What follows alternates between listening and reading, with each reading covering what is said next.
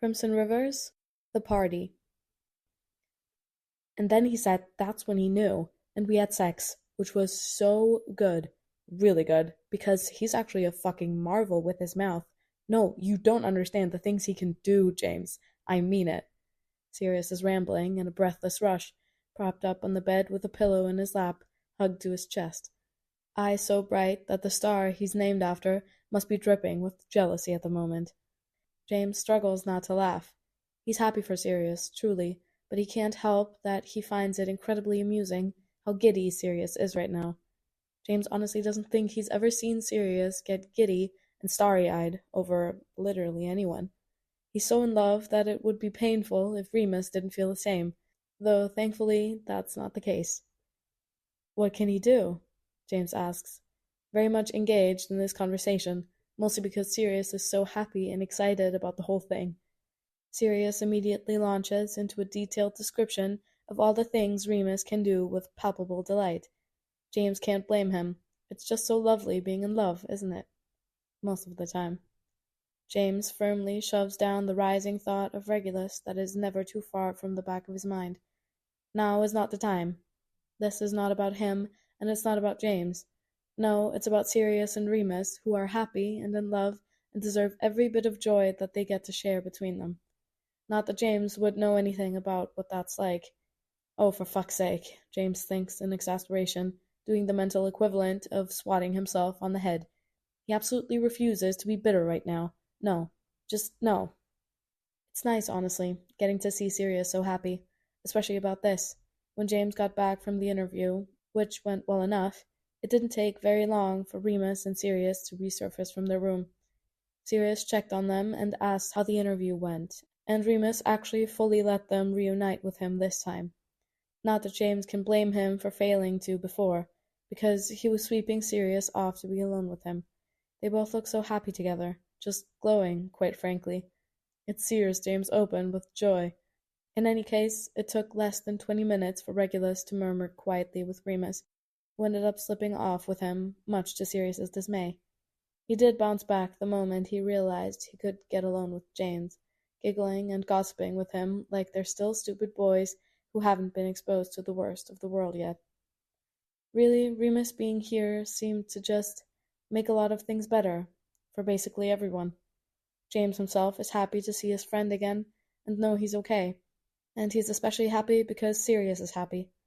Regulus seems to be essentially feeling the same way, from what James can tell, and it appears to have lifted his spirits quite a bit. That made for a really good interview. James and Regulus went into it with good moods, so they actually did extremely well, if James does say so himself. James was especially bubbly, and Regulus was just very quietly pleased in that secretive way of his that James loves dearly. They put on quite a show, sitting so close together that Regulus was practically in his lap, being delightfully soppy, and Regulus kissed him. This whole time they've kept up appearances as a couple, but it's not as if couples walk around kissing all the time, so they were in the clear for that. Regulus wanted to keep it at a minimum, and James has respected that this entire time, keeping his mouth very firmly away from Regulus's face in literally any capacity. The one time he did anything was today, during that interview, because if there was ever a place...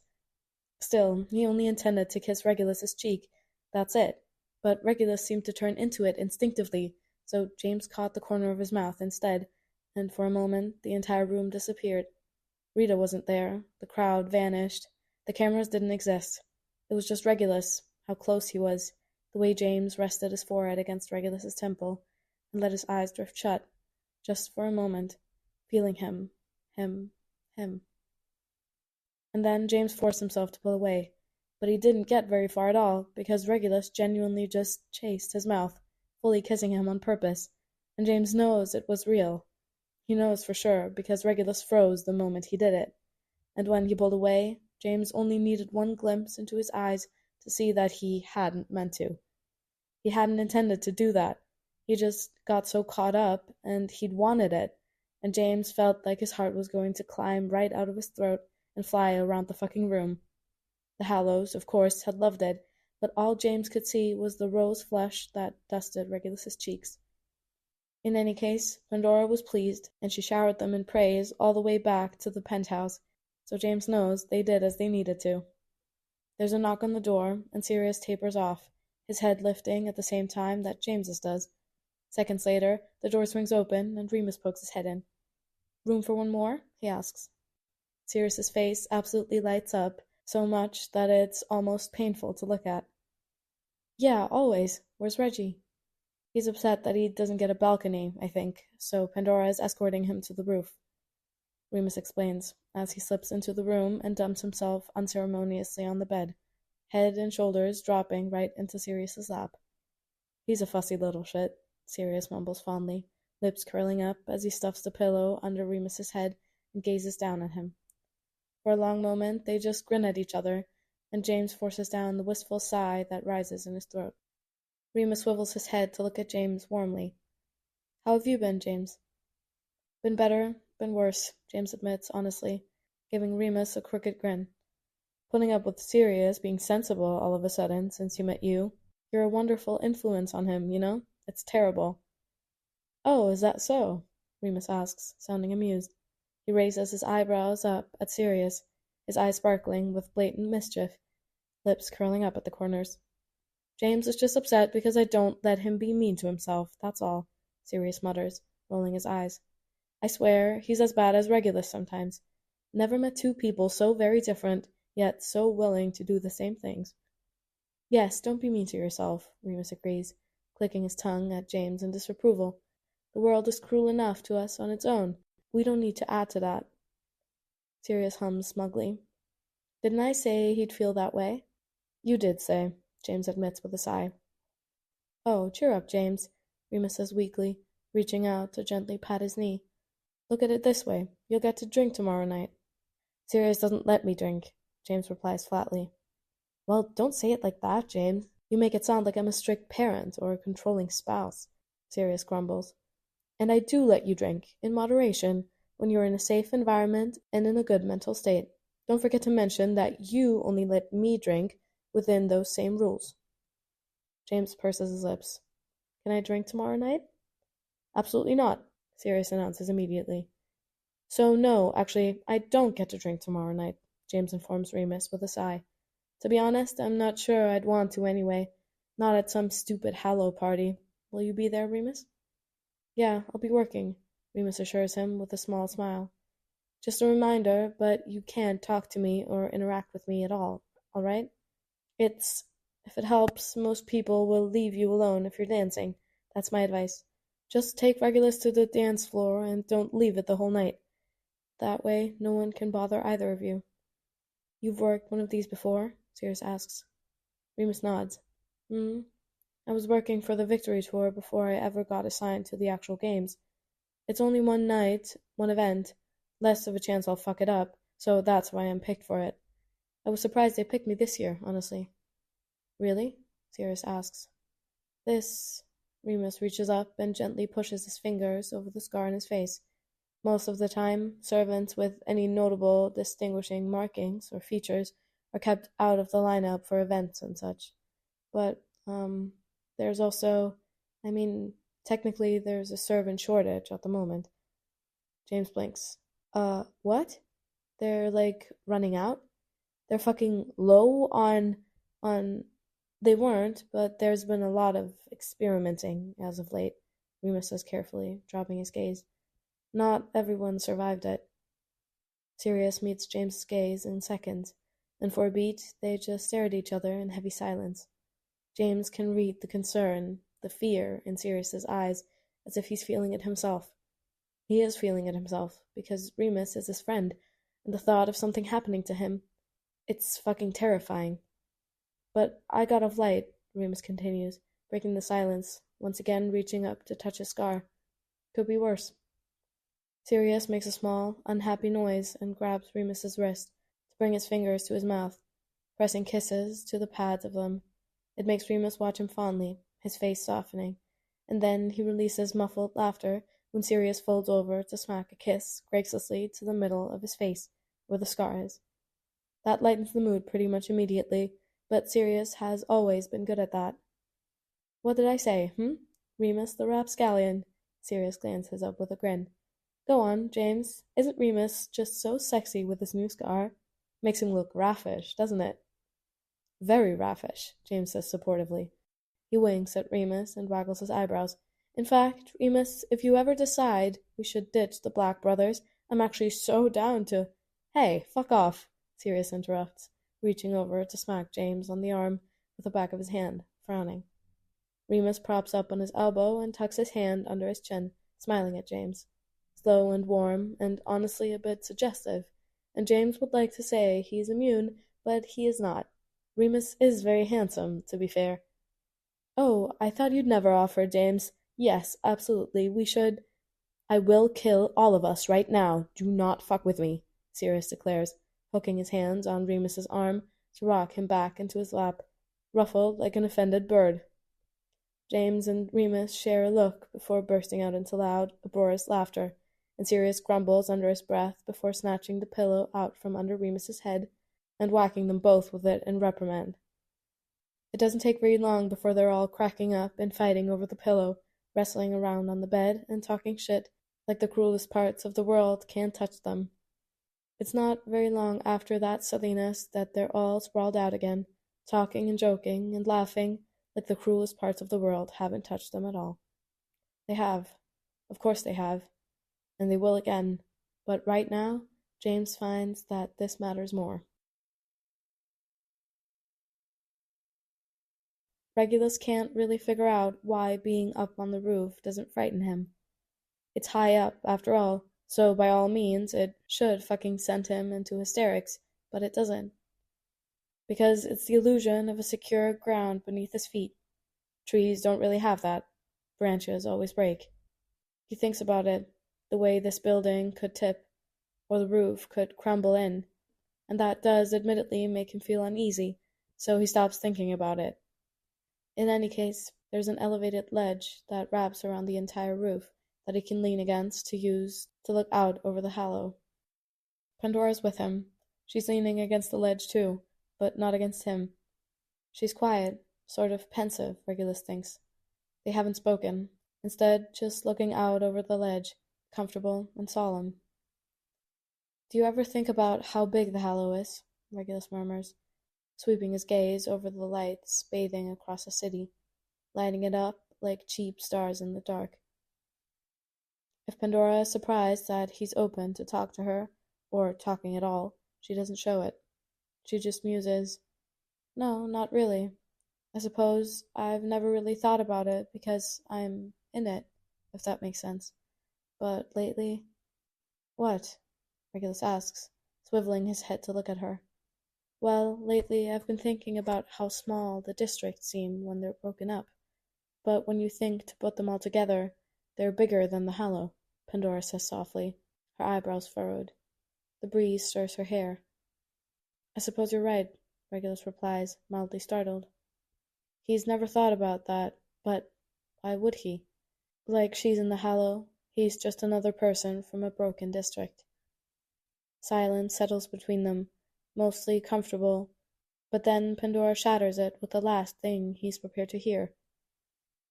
My dad's dying, you know, Pandora whispers. Regulus studies the side of her face, his heart clenching when he sees the column of her throat rise and fall on a harsh swallow. He doesn't know what to say, so he says nothing. And I go to work. Just keep working. Pandora huffs out a weak laugh, shaking her head. I mean, he's alive, just very sick, but I just keep working. Pandora, Regulus says carefully, very carefully, because he honestly isn't prepared for the hurt in her voice. You said once— Pandora turns to look at him, and her eyes are bright with tears. Do you remember when we first met, and you said that hallows thrive on death, and I said that it's a somber subject for us, too? I was just upset about the circumstances, Regulus mumbles, a lump forming in his throat. Pandora chokes out a hoarse laugh. See, it's funny, because I had the audacity to be upset with you for saying that. My dad was dying then too, and that's the first person I thought of. But look at me now. I just get up and keep working. Hallow really is hollow. I I feel so okay, okay, Pandora, Regulus whispers, tugging on her a little bit as her face crumbles, and she turns into him as soon as he makes it clear that she can. Regulus he isn't one for touching, obviously, but he's finding it more bearable the more it happens, and Pandora, despite everything, he does nurse a gentle sort of trust in her. He respects her immensely, more than he ever expected to, and so if this is how he can comfort her, he will. She has done so much for them, all of them, and she deserves to be taken care of too. Pandora tucks her face against his shoulder and releases a horrible sob, suddenly clinging to him with all her might, rougher with him than she's ever been. He lets her do it without complaint, feeling her hair tickle his nose, smelling faintly of lemons, as she trembles and sobs against him. Regulus is sure that her ignoring her father's impending death has nothing to do with her not caring, but rather just a symptom of how much she does. There's a reason denial is the first stage of grief, and acceptance as the last. She's not letting herself feel it, or break down, like that could make it less true. It doesn't make her hollow, it makes her human. And now it's hitting her, the moment she gets still, the moment when the workday is done, the moment she has nothing to do in the endeavor to avoid it. The day began with her father dying, and no matter what she did throughout, he's still dying by the end. There's no changing that.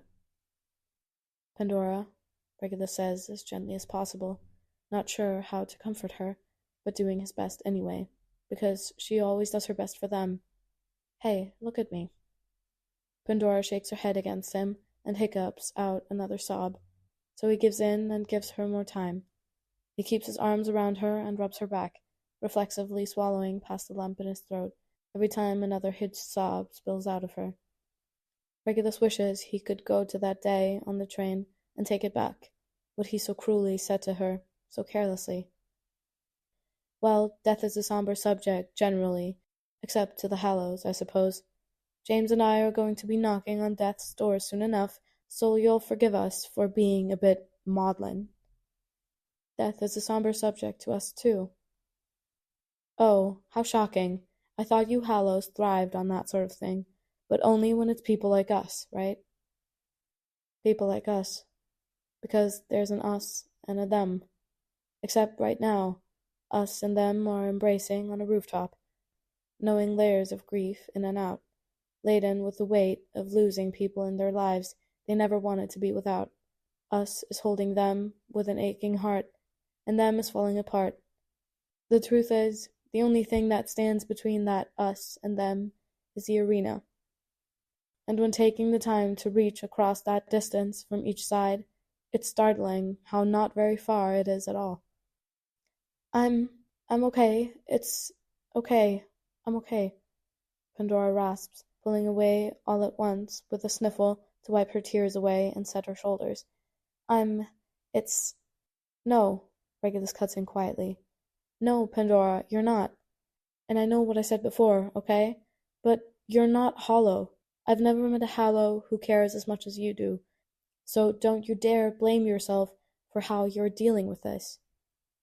Pandora exhales shakily. I haven't told anyone the details yet. Sirius knows, vaguely, but I don't know. Talking about it makes it feel more real. They think he has between 6 months and a year left. A year from now he could be gone. He probably will be, and I don't know what to do with that. He keeps wanting to talk about funeral arrangements and final wishes and his will, but I refuse to hear it. Do you have any other family? Regulus asks.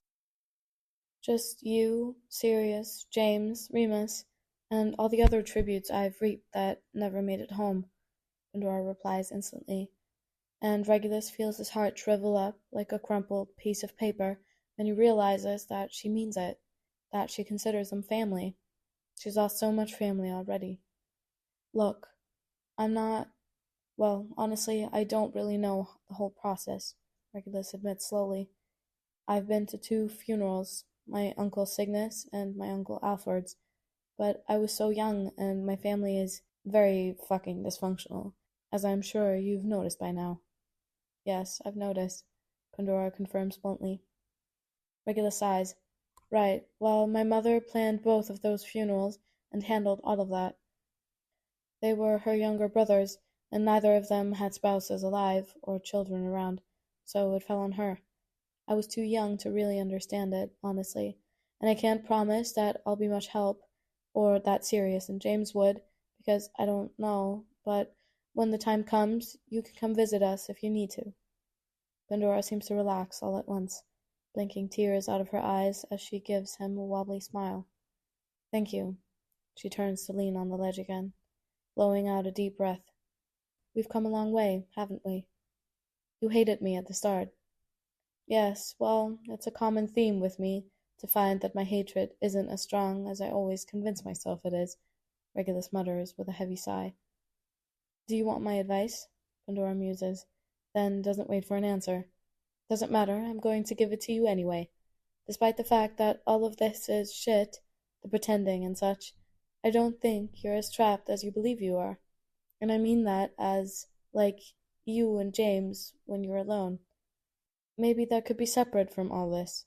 If you try to let it be, you don't gain anything from not trying at all, Regulus. No, but I don't lose anything either, Regulus murmurs. Don't you? Pandora asks gently, and Regulus feels those words bounce around in his head and choke him on the way down, ricocheting through his entire body, ping-ponging between the high points of his shoulders and swinging around the rungs of his spine before settling into the cavern of his center, edged into the walls of that deep place, neither in the gut or the back, but that fathomless unknown that lives in between, where survival and want are sourced from. Don't you? Don't you? Don't you? Doesn't he? Isn't he always? Hasn't he lost enough? Yes, Regulus answers internally. Yes, and I'm tired of it. Sirius has clearly never had to kick James out of his room or his space before, so it likely doesn't even cross his mind to do so, but Remus has no such qualms. It's not done maliciously. Remus adores James, honestly, and it's not like James won't be able to come back later.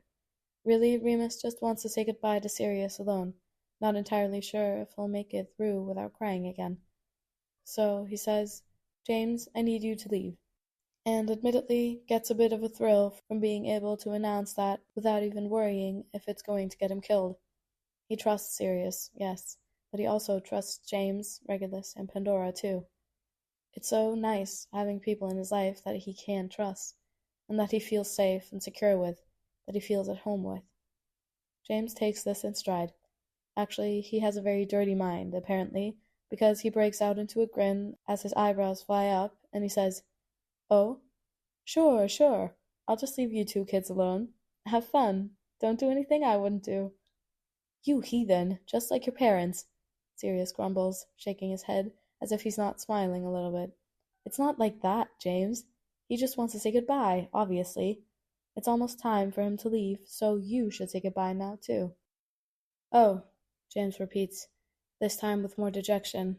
Well, that's shit. But yes, come here, let me hug you. Remus stifles a laugh, but he dutifully crawls off the bed to let James give him a hug, unable to swallow the laughter any more when Sirius calls out, Watch the hands, Potter. And James almost immediately starts grabbling suggestively at Remus's arms and commenting on how firm he is. They both get smacked in the side of their heads when Sirius throws the pillow at them, absolutely ruthless with his aim. James keeps the goodbye light-hearted overall. He thinks he'll get to do it more thoroughly later, and Remus doesn't shatter the illusion. The only person who knows he won't be back tomorrow and will be escorted back to Azkaban after the party is Pandora, and Sirius here in a minute when Remus tells him, because not telling him would be too cruel. With a final smile towards them, James nudges his glasses up his nose and shuts the door, leaving them alone. Oh, stop pouting, Remus murmurs as he crawls right back onto the bed with Sirius, who is indeed sulking a bit. Don't tell me you're actually jealous right now. I get jealous of your clothes because they get to be wrapped around you all the time, Remus. Of course I'm jealous, Sirius mutters, waving a hand lazily. I know you two would never, and you're just fucking with me, and it's funny. But also I'm a jealous little shit. James says I'm territorial, like a dog. Remus snorts. Well, you did lick his face once because someone else tried to claim him as their best friend. And I do it again, Sirius says unapologetically. He pauses, then looks amused. He's not much better, and if you think I'm bad, oh no, Regulus is the worst. You have stories, Remus notes, and Sirius's eyes light up before he's promptly launching into those stories. Remus gets to hear all about the situation with Frank, who apparently has a knack for making a lot of people jealous, which Remus does admittedly find amusing.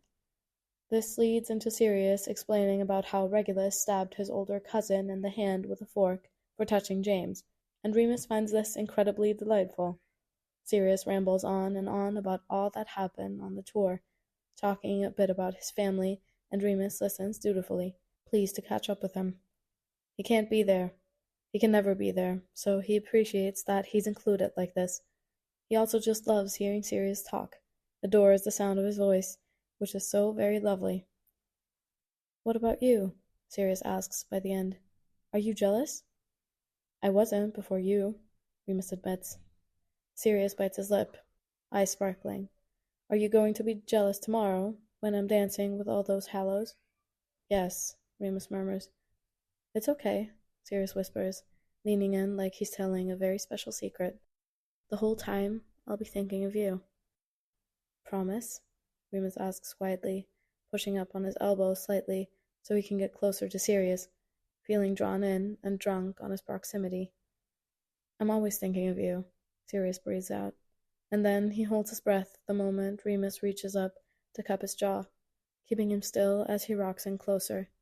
He doesn't quite kiss him, just leans in enough to catch Sirius's bottom lip between his teeth and tug. Sirius chokes on his own punched-out exhale, curling forward with a soft moan. He almost sounds startled when he croaks, Oh, that felt really good. Like a bit of bite, do you? Remus says, lips twitching. And that's about as far as he gets before Sirius releases a groan and practically tackles him back to the bed, kissing him with fervor, desperate, practically trying to climb on top of him. Remus isn't against this at all, and it feels devastatingly unfair that he has to stop it. Yes, okay, noted. I will keep it in mind in the future, promise. But unfortunately, there's not much I can do about it now. Sirius, we have to stop. Let's not and say we did, Sirius mutters into the bend of his throat, trying to sneakily slip his hands up Remus's shirt. I don't even want to do anything, really. Just maybe what I did earlier. That's all. It'll be so quick, Remus. Can I? Remus fucking hates being a servant. With a groan, he reaches down to hook his hands around Sirius's elbows, to tug him up and basically just squish him down into his chest, wrapping his arms all the way around him. Don't get me wrong, I would love to give you whatever you want, but I have to go. Oh, right. Sirius deflates against him and makes fussy, unhappy noises. He turns his head to rest his chin on Remus's chest, lips pursed. Well, there's always tomorrow. Sweetheart, Remus says softly, a lump forming in his throat. Sirius studies him, then weakly mumbles, The morning before we leave, then. I'm sorry, Remus whispers, and Sirius's eyes sink shut. I know, Sirius, trust me, I hate it too. I don't have a choice. I'll be with the rest of the servants at Riddle's castle all day tomorrow, setting up for the party, and then I'll be escorted back to Azkaban with the rest once the party is over. There's never enough fucking time, Sirius chokes out, tilting his face down to bury in Remus's chest. Hey, I wanted to ask for a favor, Remus murmurs, running his fingers through Sirius's hair, waiting for him to lift his head, heart clenching when he sees that Sirius's eyes are wet. My letter. I can't keep it on me, or they'll find it, but I was hoping that you could hold on to it for me. I left it in the stand by the bed. It's mine, the only thing I really have, and I can't imagine trusting it with anyone other than you. Yes, Sirius whispers, blinking fast and hard. He gives a stern nod, like this is a very important mission, and to him, Remus doesn't doubt that it is. Of course, Remus. Thank you, Remus whispers back. Can I see you at the party? Sirius asks, his voice strained. He looks so desperately hopeful. I don't mean just seeing each other across a room, or when I grab a drink from a tray you're carrying. I want to. I want. It's risky. It's always risky between them. No matter where they are or what they're doing, they take the risks anyway, because it's always worth it. Remus says, every hour, the servants will rotate out on sweeping through the other rooms on the floor to clean them in case anyone left behind glasses or plates or anything else. Usually those who slip away with lovers and such. If you notice when I leave, you can follow. We don't have very long, Sirius, but it's something. Sirius quirks a sad smile. Something is always enough for me, as long as it's with you. The day of the party dawns bright and busy, with Pandora waking everyone and rounding them all up at what James knows Sirius and Regulus consider an obscene hour. They're both similarly displeased about being awake, wearing twin scowls that make them resemble one another more than James has honestly ever seen. It's oddly adorable. James is an early bird, so he's doing all right. A bit tired from waking up throughout the night with nightmares, but that's routine at this point. He's used to that by now. Pandora makes coffee that they can all drown themselves in to wake up, except Regulus doesn't like coffee, so James gets up to make him a cup of tea, since Pandora doesn't know.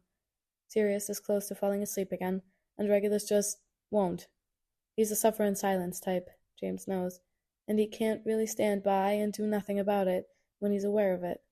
Does that make him pathetic? Well, he's always pathetic about Regulus. He's used to that by now, too. The thing is, he doesn't resent it. Truly, he doesn't hold any resentment for his inability to ignore Regulus in any capacity. Most of the time, it actually comforts him, and on occasion it gives him a little moment to fold up and keep warm in his chest, something to cherish. Like now, Regulus looks genuinely startled when James brings him a cup of tea. He doesn't even seem to realize it's for him at first, but the moment it clicks, his eyes get a little wide and his cheeks get a little red. It feels like a reward, frankly, and James hides his smile as he turns away. Regulus cups his tea between both palms like it's the most precious thing he's ever been given, sipping it slowly and coming more alive, while Sirius drowns coffee like it's his life source right next to him. Pandora gives a rundown of what to expect at the party, which amounts to what James was expecting already. He and Regulus are technically the guests of honor, so a lot of attention will be on them through the night. People will want to talk to them, dance with them, just be around them. It's probably going to be unbearable, honestly, but once they get through this, they'll be out of the spotlight for the most part. At the party, they have to eat at some point, so they won't be seen as ungrateful. They have to meet government officials, shake their hands, and basically charm them. They have to meet sponsors, especially those that donated to them in their games, and essentially express immense gratitude. They have to be seen mingling with the other mentors that are all traveling for the party today, including the mentors of those that they personally killed, like a further sign that the horrors of the arena are something people can just brush off. During all of this, they have to be friendly, polite, and seemingly happy, all while putting on a show for their romance. To say that James is nervous would be an understatement. Nonetheless, the day slips by, and it's not long before everyone is ushered off to Dorcas, who will not be going to the party, but looks absolutely gorgeous as always. She isn't wearing her hallow is hollow necklace, and James can't remember the last time he saw it, but she is adorned with plenty of pretty accessories that he keeps getting distracted by, quite literally enamored by shiny things. It makes her smile. You look beautiful, James tells her honestly. Well, you always look smashing, honestly, but you get what I mean. Dorcas chuckles. I do, yeah, and thank you. Here, turn for me. Ah, thank you, my love. You look beautiful too, by the way. All thanks to you. No. True beauty has nothing to do with what we can see, James. It's something else entirely. You shine with it. James feels ridiculously bashful. You think so? I do, Dorcas confirms. Do you think Regulus thinks so? James mumbles weakly. because he's a glutton for punishment and also very pathetic. Dorcas swivels to stand in front of him, her face softening as she meets his eyes.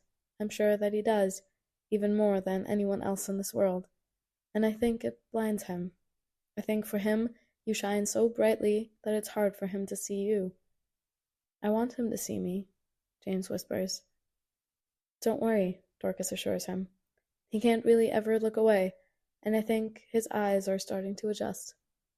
James can't stop himself from being pleased by the thought, ducking his head as he starts fiddling with his cufflinks, too struck with the hope that she's invited into his heart to do anything other than rock back and forth on his heels and beam down at the floor. Dorcas gently tugs his hands from his cufflinks and gives him something else to fiddle with, her tiny clutch that has a clasp he can click and unclick over and over while she flutters around him and finishes getting him ready. Seeing as they're all arriving as a unit in one group tonight, making impressions as a team effort, Dorcas is essentially getting them all ready. By the time she gets through with all of them, they each look so pretty that James could honestly cry. She's got Regulus in a fucking turtleneck, made of that sort of cashmere material that makes him look warm and domestic, which makes James want to crawl inside of the material with him and just live there. As for Pandora, she's put in a pantsuit, except the coat hooks into a belt and flows into a bit of a cape or train sort of thing that James knows he'll be reminding himself constantly not to step on. It looks brilliant, though. And Sirius has been stuffed in black pants that look painted on, and one of those silk shirts that swoop down in the front, not showing too much, but showing enough that people will wistfully dream of seeing more, no doubt. Oh, and she's also trusted him in a pair of high-heeled black boots that make him actually taller than James for once, though only by an inch or two. After that, all that's left to do is get escorted to the castle, which they apparently have to do in carriages again, even though James finds it a bit ridiculous when they could literally just take cars. It's annoying getting in and out of the carriage, which is so high up off the ground, higher than a car would be, and puts some strain on his leg. It makes him wish he had brought his cane. Also, the carriages are pulled by something called a thestral, which is just a very unnerving, animatronic, steam engine, horse-like creature that runs on technology that allows them to be coded to be revealed only to those who have seen death in person. Sirius says it's a symbolic thing. Like tributes coming in don't often get to see the thestrals during the introduction parade, and only the victor can see it by the time the victory tour swings around.